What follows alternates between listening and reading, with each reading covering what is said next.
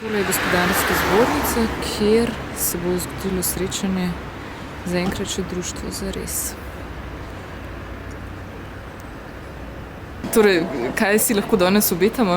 Jaz mislim, da se lahko obetamo veliko, predvsem živahno razpravo na temo, kaj se danes dogaja v slovenski politiki. Dogaja se veliko in to predvsem tudi slabih stvari. In kaj pravzaprav naj bi res neke nove vrednote ali pa neke nove politične usmeritve, ki bi jih Slovenci in Slovenke seveda tudi sprejeli. Skratka, razpravljali bomo o tem, kaj v Sloveniji pravzaprav v političnem prostoru dejansko manjka in kaj bi bilo treba storiti. Kdaj pa bo čas za to, da se dejansko kaj stori? Jaz mislim, da ne smemo ne čakati. Recimo, zdaj imamo opravka s to afero, ki jo je povzročila Andrijana Koselj Stalina.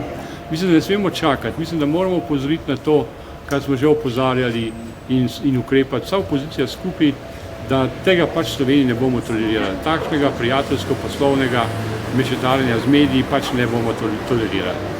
Torej, če bo ostalo še kaj časa, boste odšli tudi kaj pokukati na Zbor za republiko? Tudi če bi mi ostalo zelo veliko časa, ne bom nič pokukal na Zbor za republiko. Čemu? Mislim, da je ljudje in seveda teme in ideje in način, kako ta zbor deluje, ni v skladu s tem, kar si jaz mislim o politiki kot javni dejavnosti. Mimogrede, mislim, je pa to zgolj naključje, da se pač oba dva dogodka danes skoraj ujameta. Definitivno samo naključje.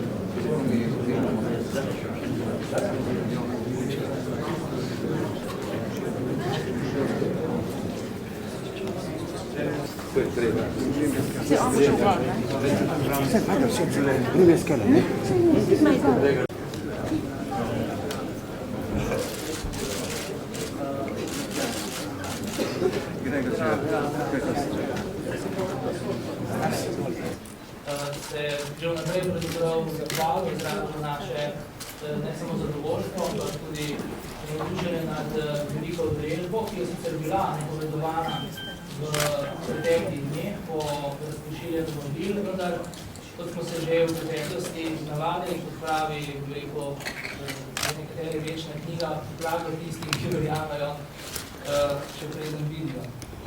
Čemu nove vrednote v teh starih časih?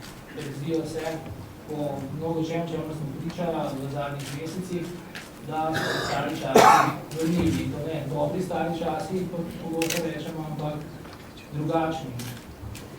Stari časi, ki nas nadajajo z nelagodnosti. Najaktualnejši test te delitve se bo pokazal v naslednjih dneh ob znamenitem pismu neke bivše državne sekretarke, bo zelo malo aktualnih politikov zdržalo, da se bo uprto skušnjavi opredeljevati se po kriteriju, kdo je proti aktualnemu predsedniku vlade, je dober. Jaz mislim, da to, kar se skozi to pismo ponuja, je alternativa, tega ne bo pomode. Ta vlada si zasluži veliko boljšo alternativo, kot jo ponuja to pismo in tisti, ki razkrinkajo pravzaprav svoje reči. Protagonisti tega gibanja so bili danes običajno zamolčani, Radio Študent, Tribuna, Katedra, Mladina, ZSMS in mnoga, kot je tako imenovana nova družbena gibanja. O njih se danes ne govori, vendar ravno ti subjekti so pluralizirali vrednote in cilje slovenske demokratične revolucije, kako bi jo že poimenovali. To priložnost želimo dobro izkoristiti, zato ne hitimo, zato kljub kritikam, na eni strani drugih strank, nikotem prepočasen, kar je znano njihove slabosti, kot medijev, ki si želijo izpolniti dnevno normo razpadov, ustanavljanj, razkolov in drugih afer, ki pač pritičajo in so znamenje dogajanja v aktualni politični sceni. Mi želimo naš tempo ohraniti, temeljiti razmislek, ne podvreči ali pa žrtvovati temu, ker, kot so vedeli že davni reformisti v Sloveniji, ni dovolj samo stati, potrebno je obstati. Posvet je razdeljen nekako v 3 dele. diamatsko, da bo nas slavil Slavoj Žižek. Najprej vprašanje, ali v Sloveniji živimo dovolj dobro. Na površju ne izgleda slabo, relativno visoke stopnje gospodarske rasti, polne trgovine, ceste, da le ne bi bilo slabše. Pa vendar, smo med tistimi, ki najbolj sovražijo svoje službe. Več kot 30% Slovencov sovraži svojo zaposlitev, medtem ko na primer na Danskem ali Finskem je takih 5 ali 7%. Smo med tistimi z najnižjo nataliteto. Smo med tistimi z najvišjo stopno samomorilnosti, tudi med najmlajšimi. Pa vendar menim, da je slovenska družba družba priložnosti. Da bi jih izkoristili, pa moramo najprej postati družba sprememb. Zato pa ne potrebujemo usiljenih reform od zgoraj, ki običajno, kot vidimo, v političnem procesu razvodenijo, ampak strukturirano razpravo in delovanje v kontekstu resničnega, trajnostnega razvoja, ki ga sestavljajo 3 elementi oziroma fokusi. Ljudje, okolje, donosnost. Potrebujemo torej resničen in ne nek na papirju ali v glavah idealiziran trajnostni razvoj. Namreč ta šibkost civilne družbe in v bistvu današnja, če hočete, dominacija države in dominacija vladajoče politične elite seveda ustvarja mentaliteto javnega sektorja kot zasebnega fevda vladajoče oblasti, kar je strahotno in izjemno in dolgoročno negativno.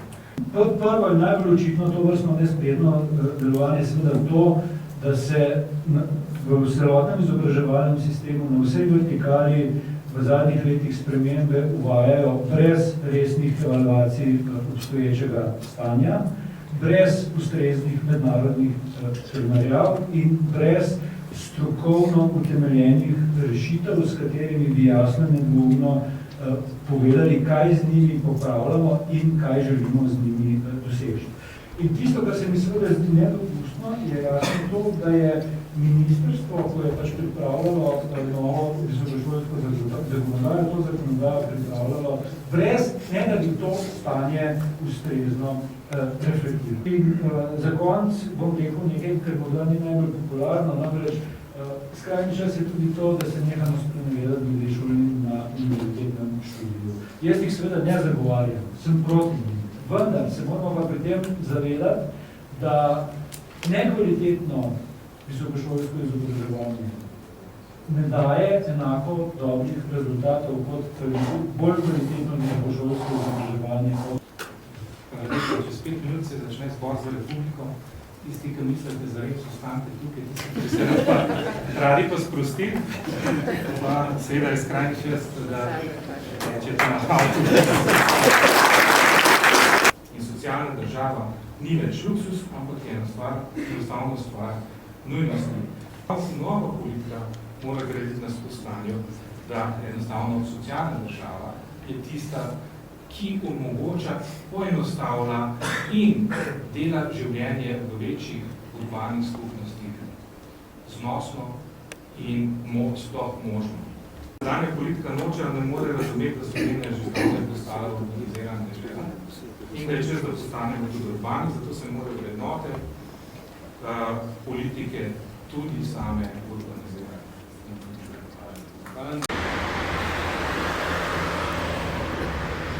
Zares še vedno ostaja združenje, gospodarske zbornice pa tudi še vedno stoji.